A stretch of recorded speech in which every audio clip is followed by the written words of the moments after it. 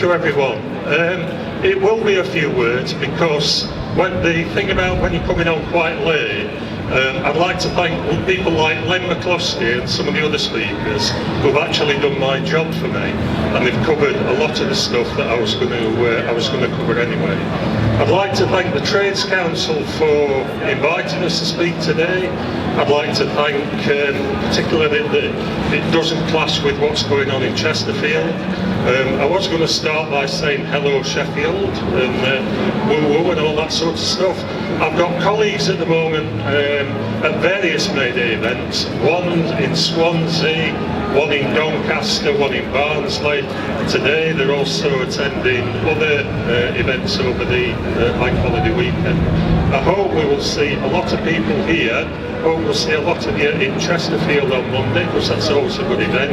And if you mark in your calendars for the 15th of June this year, we've been handing out newspapers, we've been handing out leaflets about our Orgreave rally this year. Our job at the moment, we're a justice campaign, and as I said earlier, Len McCloskey picked up on Hillsborough, he picked up on the Shrewsbury pickets, and there are other groups, people who, spy cops, people who've been infiltrated by the police, blacklisted building workers. There's a whole range of people. One thing that unites us all is that we have to fight for everything we do. Nothing is given. I was at Workers' Memorial Day last week, the week before, and it's an absolute shame that this bloody government, I'll come on to what the Orgreave campaign is about in a moment, but I just want to sidestep this bloody government attacking workers' health and safety, terms and conditions and so on. And it's just symptomatic of what they do, attacking ordinary people.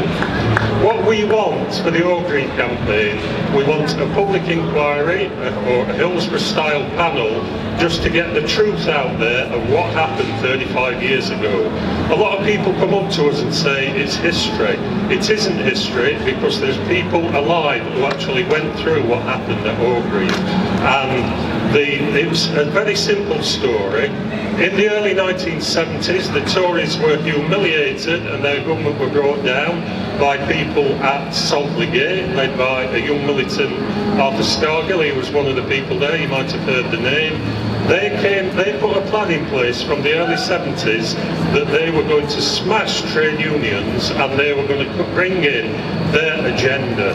They were planning from the 70s, and what they did, they basically set it up that they were going to attack the miners and the stronger elements of the trade unions, and then they were going to put their agenda in place.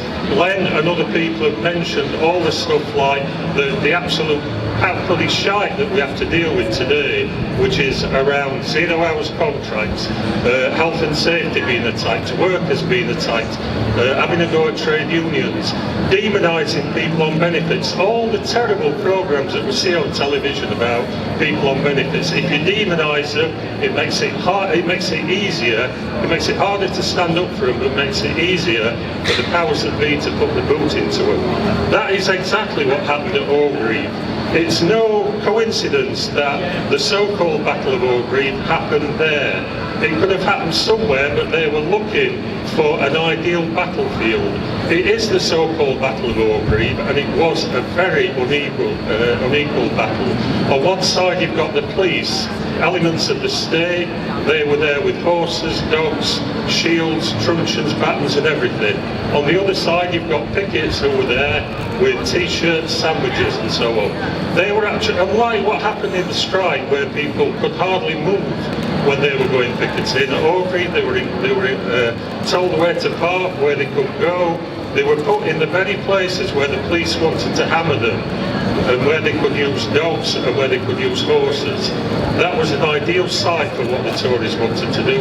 Literally smash people at Orgreave, and then people were fitted up, people were arrested, and they faced life imprisonment for the charges that they faced. Fortunately, the trials actually collapsed, and what we want is the truth, and we just want everything about that day and about the miners' strike to come out. We don't hold with We've had people like Norman Tebbit. He's somebody who said, you know, he's one of the few that's still alive. He looks dead and he ought to be. And you just look at him and they just don't want the truth to come out, that they would do what it took and spend what it took to actually destroy the trade union movement. And they did that at Oaktree. Fortunately it collapsed. We just want that truth out in the public domain. People like Norman Tebbit have said that we are wanting compensation, we're wanting big money. It's a load of nonsense. We don't want any compensation. We just want truth and we want justice. We want justice for the miners, the people who were arrested, for their families, their communities and the whole of the Labour movement. And we're working our way through Home Secretaries. We started with Theresa May, we went on to Amber Rudd, we're currently dealing with Sajid Javid. And they're all basically, as I said earlier, you don't get anything from this government and their side. You have to fight for everything. We want it out in the public domain. They are absolutely, whatever we do, you'll have seen us on the media. We have rallies on in end of October. We have at Halloween. We've had various rallies and events up and down the country. Now basically, we just, as I keep saying, we just want the truth out there. What the latest thing that they're on with at the moment, we're in dialogue, well, we're trying to be in dialogue with the Home Secretary.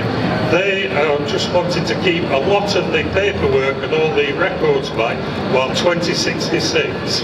Now, I don't know about yourselves, I mean, looking round, I won't be here in 2066. If I am, there will be a hell of a lot of candles on my birthday cake, and what they will be trying to do is consign us to history, put us in the same bracket as things like Peterloo, which was 200 years ago, or the massacre 100 years ago in India at Amritsar, where the army was used to kill people who were fighting for their own state. Now, we don't want that to happen. We will keep on fighting. We will not go away. I just want to finish by just telling people, we've been dishing out leaflets and newspapers today. Please, have a look at the stuff that we dish out. Have a look at our Oaktree website. Have a look at all our social media. Get involved in the stuff that we do, because we just will not go away. We fight and fight and fight, and we piss them off. We will still be here. Give us your money, buy our t-shirts, buy things off us. We're all unpaid, we're all volunteers.